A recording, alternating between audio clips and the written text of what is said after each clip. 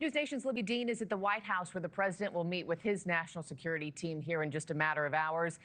Libbey, some conflicting messages coming from the White House this weekend. The president is now floating a regime change in Iran. What are we expecting?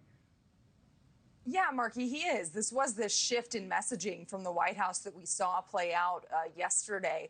The vice president was saying early Sunday that this wasn't about regime change in Iran, saying we're not at war with Iran, we're just at war with Iran's nuclear program.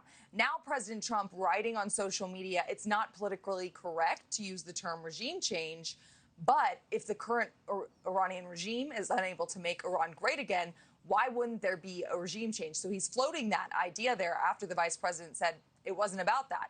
So a shift in messaging there. Now, Defense Secretary Pete Hegseth echoed the president Sunday, saying the attack obliterated 3 Iranian nuclear sites. The chairman of the Joint Chiefs of Staff, General Dan Kane, says initial assessments indicate severe damage to those 3 sites, but it would take time here for the final battle damage to ultimately come down in the results of those nukes that were dropped, or of the bombs that were dropped, the airstrikes that were made by the U.S. Now, all of this happening as some members of Congress question the legality of the strikes on Iran, and President Trump going ahead with the bombings without congressional approval is something we've heard heavy criticism of. Republican Congressman Thomas Massie introduced a resolution to block military action against Iran unless explicitly authorized by Congress. The president now planning to primary the Congressman Thomas Massie, and in a very lengthy post on social media called Massie a grandstander, and very heavy criticism for the congressman. Now,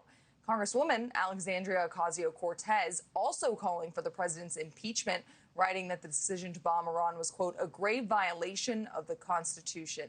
So a lot of criticism from Democratic lawmakers. We also heard some Republicans criticize this decision by the Trump administration and the president himself to bomb Iran.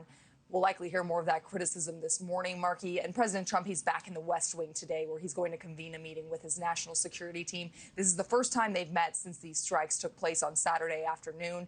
And that meeting is happening at 1 p.m. this afternoon in the Oval Office. Markie. All right, we'll be watching Libbey live from the White House. Thank you. Thank you for watching. Subscribe below and download our NewsNation app right now on your phone, and you will get fact-based, unbiased news for all Americans.